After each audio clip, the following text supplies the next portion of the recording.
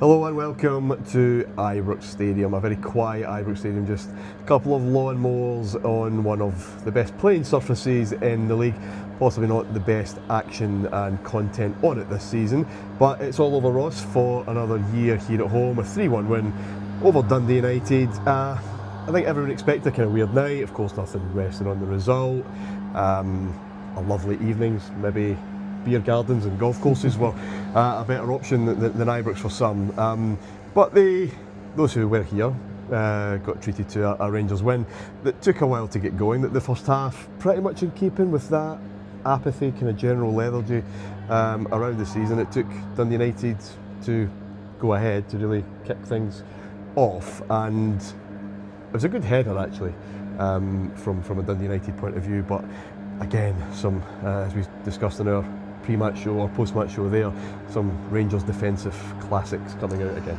Yeah, playing all the hits. I think the first half was very emblematic of a lot of what we've watched over the course of this season, to be perfectly honest. Took Rangers quite a while to get going, didn't really offer much initially going forward, and then go behind from quite a poor defensive effort from ourselves. I think James Tavernier losing his man again really talk about playing the hits there.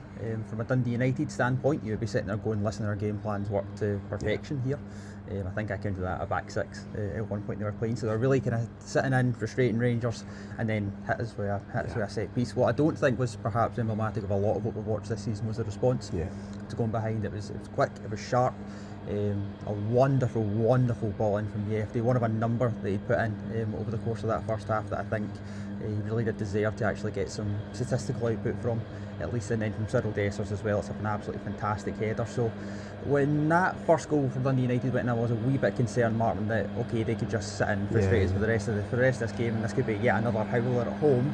But I do think the team, for all we've criticised them, and deservedly so this season, do deserve a bit of praise for the way they responded. They do, especially Jeffy. I've been a critic of him this season, mainly for output. He just doesn't do that. He hasn't put in those kind of balls.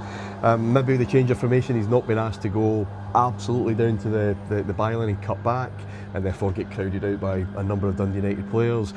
It wasn't the first cross he'd put in of quality, but it was another one, and beautifully put away, of course, by Cyril Dessers, who puts away a beautiful penalty in the second half, with the need for VAR to judge on or assist the judging, give the referee another go on judging the tackle on Diamandi in the second half. Don't think many people were expecting Cyril Dessers to step up, but he did, and he tucked it away very nicely for his 50th Rangers goal in 2 seasons, and at this moment in time, no one has scored more goals in Scottish football this season. Yeah, talk about playing the hits there. I think we were all expecting perhaps a farewell penalty from James Tavernier just to kind of top it all off, but no, right, he very graciously stepped aside, and we're fresh as well from Barry Ferguson's press conference, and Ferguson was saying, listen, if Dessers had missed that, then I think he would have got it in the neck from him. But it's a wonderfully taken penalty, and I think Dessers has taken a couple for Rangers now, and at least off the top of my head, they've all been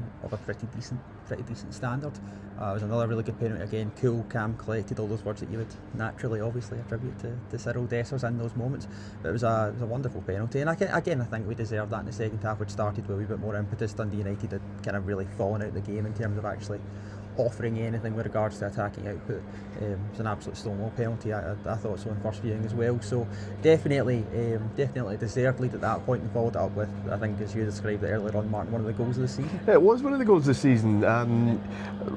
Rangers defenders showing a willingness to beat a press with skill and some nice triangle work, and then all of a sudden a break is on. It's really happened to Rangers that often at home, obviously, but certainly when Dundee United have to kind of chase the game, that's on.